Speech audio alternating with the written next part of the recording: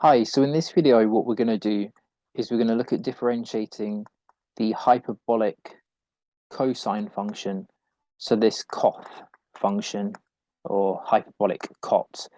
So again, when we say hyperbolic COTH, we just mean 1 over hyperbolic tan. So this is what we mean. Sorry, 1 over hyperbolic tan, my bad. Yeah, fantastic. And we can also write this in a different way as well. So 1 over hyperbolic tan, well, that's just the same as 1 over hyperbolic sine over cos, hyperbolic cos.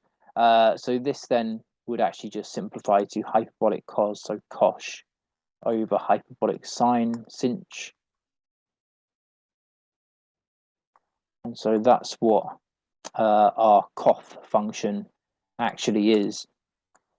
So we can rewrite this derivative in this new fashion.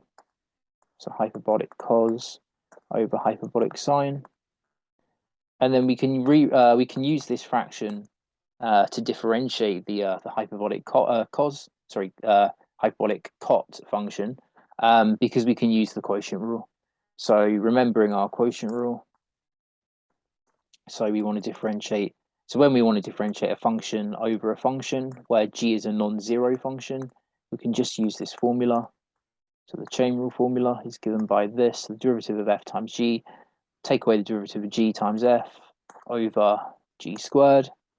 So if we just correspond the f's with the g's, so our top function is our cosh function. So that's going to be our f. So we're going to let f be the cosh function, so cosh of x, and g is going to be our numerator. So g just equals our hyperbolic sine function. So then when we differentiate hyperbolic cos, we know from previous videos that I've done, if you've seen those videos, that when we differentiate cosh, we just get hyperbolic sine. So that gives us hyperbolic sine.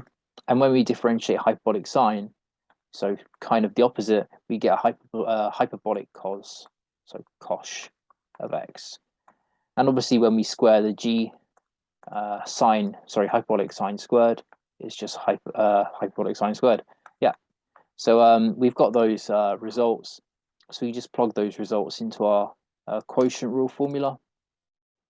So the derivative with respect to x of hyperbolic cot of x is just going to be, so f dash is the hyperbolic sine times by g, which is also hyperbolic sine, and then subtract g dash, which is hyperbolic cosh, which is just cosh, times by the f, and f is cosh again,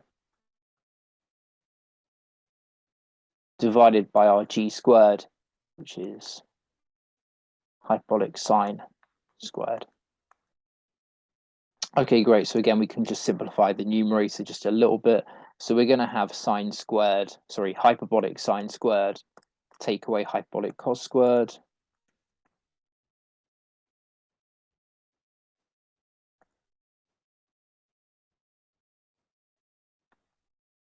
And that's all going to be over our hyperbolic sine squared.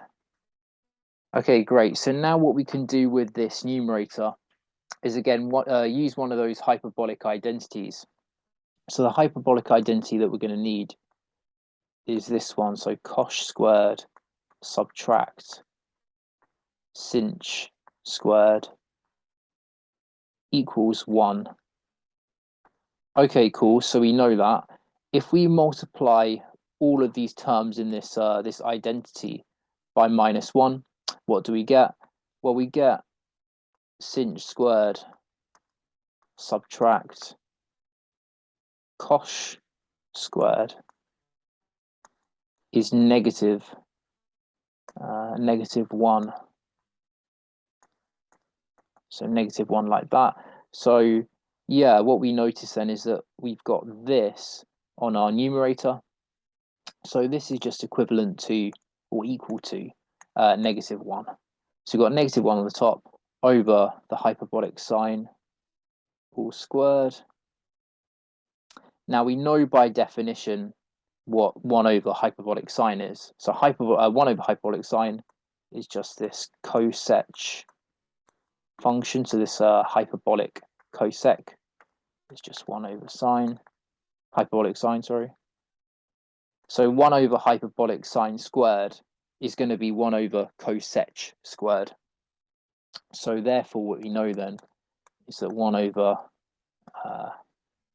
the hyperbolic sine all squared is going to give us a negative cosec squared of x. And so therefore, in conclusion then, that's our final answer to the derivative. So when we differentiate with respect to x, the hyperbolic COT, or the hyperbolic cotangent function, we get negative of the hyperbolic cosec function, so cosec, all squared, and that's our final result for this video.